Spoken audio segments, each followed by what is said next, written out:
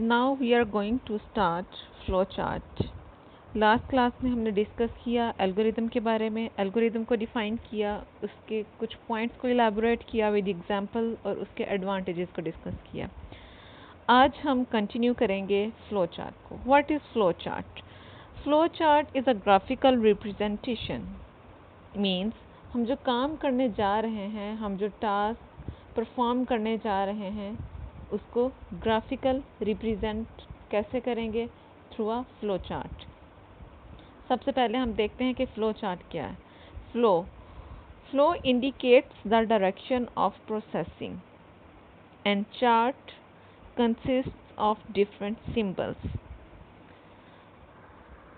तो दोनों मिलके फ्लो एंड चार्ट, अगर इनको कंबाइन करके हम इसका मीनिंग देखें तो जो हमें समझ आता है वो है ग्राफिकल रिप्रेजेंटेशन। फ्लो अगर हम सेपरेट करें चार्ट से तो फ्लो क्या शो करता है? ये इंडिकेट करता है प्रोसेसिंग की डायरेक्शन को। सो हम फ्लो को कह सकते हैं it indicates the direction of processing. And chart, flow chart में जो चार्ट का वर्ड यूज़ किया गया है, ये चार्ट क्या इंडिकेट करता है? ये डिफरेंट सिंबल्स को इंडिकेट करता है। फ्लो एंड चार्ट इंडिविजुअली अगर इन दोनों वर्ड्स को डिस्कस करें तो फ्लो इंडिकेट करता है डायरेक्शन ऑफ प्रोसेसिंग, प्रोसेसिंग की डायरेक्शन को इंडिकेट करता है। और chart it consist of different symbols. Flow and chart ये दोनों वर्ड्स कंबाइन होकर जो हमें मीनिंग दे रहे हैं, दैट इज ग्राफिकल रिप्रेजेंटेशन। अब हम डिस्कस करते हैं फ्लो चार्ट के डिफरेंट सिंबल्स के बारे में। फ्लो चार्ट में कौन से सिंबल्स यूज़ किए जाते हैं और वो सिंबल्स कौन कौन सी एक्टिविटीज़ को इंडिकेट करते हैं, उन्हें हम वन बाय वन डिस्कस करेंगे। जी, फ्लो चार्ट का जो फर्स्ट सिंबल है that is input and output. Flow chart जब आप डिज़ाइन करते हैं, बनाते हैं, तो उसमें इनपुट एंड आउटपुट के लिए जो सिंबल आप यूज़ करते हो दैट इज़ पैरेललोग्राम। पैरेललोग्राम के थ्रू आप इनपुट करवाते हो या आउटपुट करवाते हो। तो फ्लो चार्ट में जहाँ कहीं भी पैरेललोग्राम शो की गई होगी वो इंडिकेट करेगी किस प्रोसेस को, इनपुट वाले प्रोसेस को या आउटपुट वाले प्रोसेस को। The second symbol of a flow chart which we are discussing now, that is process. Process क्या काम करता है? प्रोसेस के अंदर डिफरेंट टास्क हो सकते हैं, डिफरेंट काइंड की प्रोसेसिंग हो सकती है। तो फ्लो चार्ट में हम देखेंगे कि प्रोसेस के लिए हम कौन सा सिंबल यूज़ करेंगे। प्रोसेस के लिए रेक्टेंगल यूज़ की जाती है। मीन्स फ्लो चार्ट में जब रेक्टेंगल का सिंबल आ जाएगा तो वो इंडिकेट करेगा, वो शो करेगा कि अब इस स्टेप में कोई प्रोसेस होने जा रहा है। रेक्टेंगल इंडिकेट करेगा, रेक्टेंगल वाला सिंबल इंडिकेट करेगा प्रोसेस को। The third symbol of flow chart is selection. Selection के लिए डायमंड सिंबल यूज़ किया जाता है। The fourth symbol of flow chart is start और एंड। फ्लो चार्ट को स्टार्ट करने के लिए और एंड करने के लिए ओवल सिंबल यूज़ किया जाता है। फ्लो चार्ट में जब भी प्रोसेस को स्टार्ट करना होता है या प्रोसेस को एंड करना होता है तो उस ग्राफिकल रिप्रेजेंटेशन में ओवल सिंबल को यूज़ किया जाएगा।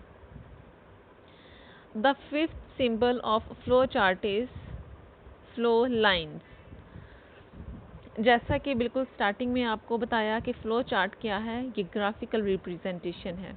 ग्राफिकल रिप्रेजेंटेशन में डिफरेंट सिंबल्स को यूज़ किया जाता है, वो सिंबल्स जो अभी हम डिस्कस कर रहे हैं। उन सिंबल्स के साथ लाइन, एरो लाइंस यूज़ की जाती हैं। ये एरो लाइंस क्या करती हैं? ये फ्लो को या प्रोसेस की डायरेक्शन को इंडिकेट करती हैं, प्रोसेस की डायरेक्शन को शो करती हैं ये लाइंस। ये एरो लाइंस, ये एरो सिंबल्स यूज़ किए जाते हैं फ्लो मीन्स डायरेक्शन को या प्रोसेस को और उनकी डायरेक्शन को इंडिकेट करने के लिए। जी, तो फ्लो चार्ट का जो 5th सिंबल है वो कौन सा है? Flow lines. फ्लो लाइंस में एरो सिंबल्स यूज़ किए जाते हैं। The 6th symbol of flow chart is connector. Connector के लिए सर्कल सिंबल यूज़ किया जाता है। अब हम एक छोटी सी एग्जाम्पल देख लेते हैं फ्लो चार्ट की। जी, flow chart it represents the steps for adding 2 numbers. अब हम एक सिंपल सा एक फ्लो चार्ट डिज़ाइन करने जा रहे हैं। ये फ्लो चार्ट ऑलमोस्ट उसी एग्जाम्पल से रेलिवेंट है जो एग्जाम्पल हमने एल्गोरिदम में अप्लाई की थी। उसी सिंपल सी एग्जाम्पल को लेके अब हम उसका फ्लो चार्ट रेडी करेंगे। जी, फ्लो चार्ट की स्टेटमेंट क्या होगी हमारे पास? It represents the steps for adding 2 numbers. ये जो एल्गोरिदम हम ये जो फ्लो चार्ट हम डिज़ाइन करने जा रहे हैं, ये जो ग्राफिकल रिप्रेजेंटेशन हम करेंगे, इसमें जस्ट 2 नंबर्स को ऐड अप किया जाएगा इस फ्लो चार्ट में। जैसा कि हमने एल्गोरिदम में 2 नंबर्स का सम करवाया था, वैसे ही हम 2 नंबर्स का सम करवाएंगे, लेकिन फ्लो चार्ट के थ्रू, ग्राफिकल रिप्रेजेंटेशन के थ्रू। सेम वही स्टेप्स होंगे इसके भी जो स्टेप्स हमने एल्गोरिदम में किए थे। एल्गोरिदम की एग्जाम्पल वाले सेम वही स्टेप्स होंगे, जस्ट उसमें क्या था कि उसमें आपने सीक्वेंस वाइज लिख लिया था उसको, उसकी नंबरिंग कर ली थी। अब यहाँ पे क्या होगा फ्लो चार्ट में कि आप डिफरेंट सिंबल्स यूज़ करोगे और उन सिंबल्स के थ्रू फ्लो चार्ट की एक्टिविटीज़ को आप रिप्रेजेंट करोगे, और साथ में एरो लाइंस आप बनाओगे जो कि इंडिकेट करेंगी प्रोसेस की डायरेक्शन को, प्रोसेस के फ्लो को इंडिकेट करेंगी।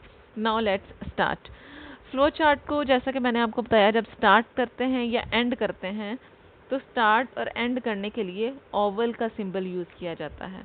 तो जब हम स्टार्ट करेंगे तो ओवल सिंबल, ओवल शेप बनाएंगे और उसके अंदर हम लिखेंगे स्टार्ट। स्टार्ट करने के बाद फिर एक एरो लाइन शो करेंगे नीचे की तरफ।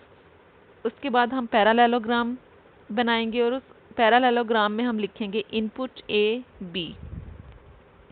अब ये जो पैरालेलोग्राम है ये क्या इंडिकेट कर रही है? ये इंडिकेट कर रही है कि हमने ए बी 2 नंबर्स को इनपुट करवा दिया है। अच्छा जी, इस पैरालेलोग्राम के साथ नीचे हम एक फ्लो लाइन शो करेंगे और उसके बाद हम एक रेक्टेंगल बनाएंगे। उस रेक्टेंगल में हम लिखेंगे sum is equal to A plus P. सबसे पहले हमने क्या किया, ओवल सिंबल में स्टार्ट लिखा, उसके बाद हमने पैरालेलोग्राम बनाई, उसमें इनपुट करवाया ए एंड बी को। अब हमने रेक्टेंगल बनाई, रेक्टेंगल में हमने सम करवा दिया है किसको, ए और बी को। रेक्टेंगल में हम लिखेंगे sum is equal to A plus B. अब हमने 3 स्टेप्स कर लिए हैं फ्लो चार्ट के। फर्स्ट ओवल सिंबल जिसमें स्टार्ट करवाया है, उसके बाद एरो लाइन के बाद पैरालेलोग्राम जिसमें हमने इनपुट करवाया है ए को एंड बी को। थर्ड स्टेप में हमने रेक्टेंगल ली है जिसमें हमने सम करवा दिया है ए को और बी को। उसके बाद फिर एक फ्लो लाइन होगी और उसके बाद पैरालेलोग्राम में हम डिस्प्ले करवा देंगे सम को। अब पैरालेलोग्राम में हम क्या लिखेंगे, डिस्प्ले सम। और फिर एरो लाइन नीचे की तरफ डिज़ाइन करके उसके साथ हम एक ओवल शेप या ओवल सिंबल यूज़ करेंगे और उसमें हम लिख देंगे एंड। हमारा प्रोसेस कंप्लीट हो गया। मींस अब हमने 2 नंबर्स को ऐड अप करवाया है, सम करवाया है 2 नंबर्स का, एक फ्लो चार्ट का यूज़ करते हुए ग्राफिकल रिप्रेजेंटेशन के थ्रू। इस फ्लो चार्ट में हमने ऑलमोस्ट वो सभी सिंबल्स यूज़ किए हैं जो अभी हमने डिस्कस किए थे। जी, फ्लो चार्ट के बाद अब हम मूव करते हैं प्रोग्रामिंग प्रोसेस की तरफ। What is programming process? हम प्रोग्राम कैसे डिज़ाइन करते हैं, हम प्रोग्राम कैसे डेवलप करते हैं, उसके लिए हमें किन फेजेस से गुजरना पड़ता है, हमें किन एक्टिविटीज़ से गुजरना पड़ता है, हमें कौन से स्टेप्स परफॉर्म करने पड़ते हैं, 1 बाय 1 उनको डिस्कस करते हैं।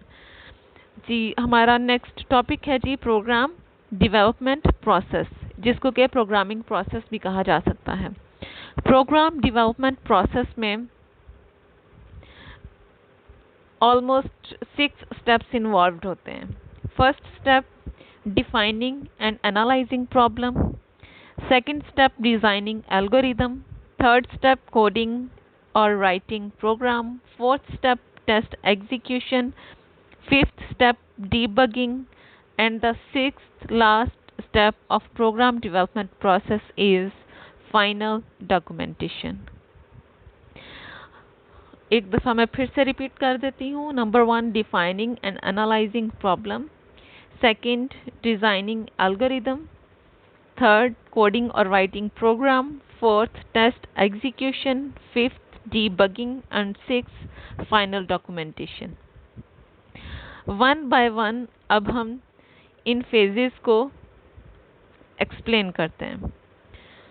जी, प्रोग्राम डेवलपमेंट प्रोसेस का जो फर्स्ट स्टेप है that is defining and analysing problem. जब प्रोग्राम की डेवलपमेंट स्टार्ट की जाती है, जैसा कि मैंने आपको पहले बताया था कि ऐसा नहीं होता कि बस प्रोग्रामर बैठे और प्रोग्राम बनाना शुरू कर दे।